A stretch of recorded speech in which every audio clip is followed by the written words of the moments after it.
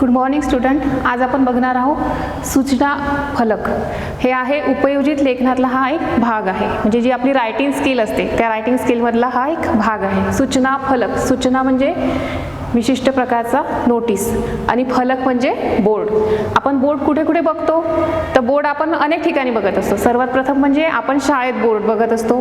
प्रत्येक क्लासरूममध्ये काय असतो, एक बोर्ड असतो, म्हणजेच त्याला फलक म्हणतात. त्याचप्रमाणे शाळेच्या बाहेर जो आपण नोटीस लावलेला असतो, जसं तुम्हाला एखाद्या सुट्टीचा उद्याला जर तुम्हाला सुट्टी असेल तर तुमच्या इथे क्लासमध्ये नोटीस येतो की उद्याला तुम्हाला असे या कारणासाठी सुट्टी राहील. आणि तो जो विशिष्ट नोटीस आहे तो तुमच्या शाळेच्या बाहेर जो बोर्ड लागलेला असतो किंवा फलक लागलेला असतो त्यावर पण काय असतो, लिहिलेला असतो. म्हणजे जेणेकरून सर्व पॅरेंट्सला पण तो नोटीस काय आहे ते सर्वांना समजलं पाहिजे, हा त्यामागचा उद्देश असतो.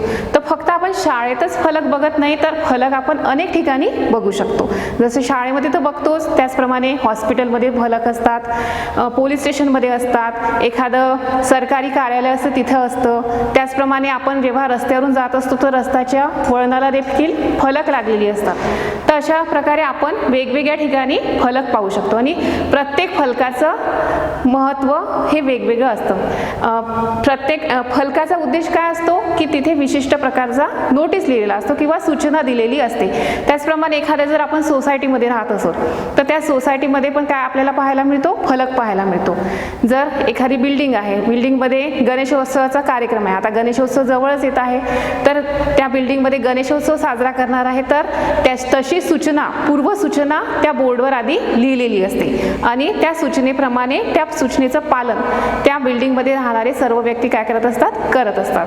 तर इथे तुम्हाला मी एक उदाहरण म्हणून एक सूचना फलक लिहून दिलेला आहे. तर त्याचा उपयोग कसा केला जातो आणि त्याचं महत्त्व काय हे आपण जाणून घेऊया.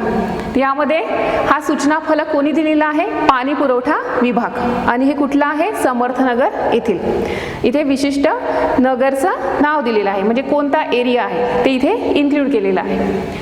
तर सूचना फलक सर्वप्रथम इथे डाव्या बाजूला काय दिलेली असते, दिनांक दिलेली असते. तर इथे 23/7/2020 ही आपण तारीख टाकलेली आहे. ज्या दिवशी ती सूचना लिहिली जाते त्याच दिवशीची तिथे तारीख मेन्शन केलेली असते. समर्थनगर परिसरात पाणी पुरवठा करणाऱ्या पाईपलाईनच्या दुरुस्तीचे काम तातडीने सुरू करण्यात येणार आहे. त्यामुळे उद्या आपल्या परिसराचा पाणी पुरवठा बंद ठेवण्यात येणार आहे. समर्थनगर परिसरातील सर्व नागरिकांनी याची नोंद घ्यावी, तसेच उपलब्ध पाण्याचा वापर अधिक काटकसरीने व जपून करावा. ही झाली त्यांची सूचना, म्हणजे त्यांना नेमकं काय सांगायचं आहे ते त्यांनी या सूचनेमध्ये लिहिलेलं आहे. आणि हे कुठे लिहिलेलं आहे, एका फलकावर लिहिलेलं आहे. म्हणजे येता जाता जे व्यक्ती तिथून जातील तर सर्वांची नजर त्या फलकावर पडली पाहिजे आणि त्या फलकावर काय लिहिलेलं आहे, कोणत्या प्रकारची सूचना लिहिलेली आहे आणि ती सूचना सर्वांना कळली पाहिजे, हा त्यामागचा उद्देश असतो. म्हणजेच कोणाची वेळेवरही धांदल उडाली नाही पाहिजे. नाहीतर कोणी म्हणतं की आम्हाला तर माहीतच नव्हतं, तुम्ही असं आम्हाला आधीच फोन करून का नाही सांगितलं. आणि त्या म्हणून सूचना फलक हा आवश्यक असतो की जेणेकरून सर्वांनी यावरची सूचना वाचावी हे अपेक्षित किंवा हे गृहीत धरलं जाते आणि त्यामुळे कोणाचीही धावपळ होत नाही, कोणाचीही धांदल उडत नाही.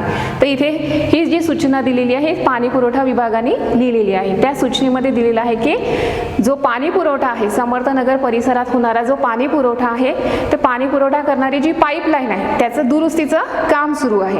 आणि काम सुरू असल्यामुळे काय झालं आहे, जो येणारा उद्याचा दिवस आहे त्या उद्याला त्या परिसराचा पाणी पुरवठा बंद ठेवण्यात येणार आहे. कारण साहजिकच आहे, पाईपलाईनचं दुरुस्तीचं काम सुरू आहे तर पाईपलाईनच काय करत असते, पाणी नेण्याचं काम करत असते. पण पाईपलाईनचं काम सुरू असल्यामुळे पाणी पुरवठा जो आहे तो उद्या बंद ठेवण्यात येणार आहे. आणि समर्थनगर परिसरातील सर्व नागरिकांनी याची नोंद घ्यावी अशी त्यांना विनंती केलेली आहे.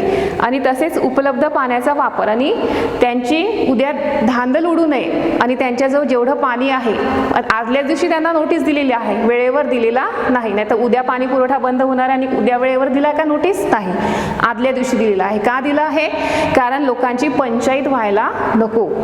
लोकांनी त्यांच्याजवळ जेवढं काही पाणी शिल्लक असेल त्या पाण्याचा साठा त्यांनी अगदी काटकसरीने आणि जपून करावा अशी त्यांना विनंती देखील केलेली आहे. तर तुम्हाला हे रायटिंग स्किलमध्ये असे सूचना फलक येतील वेगवेगळ्या प्रकाराचे आणि त्यावरून तुम्हाला प्रश्न विचारले जातील.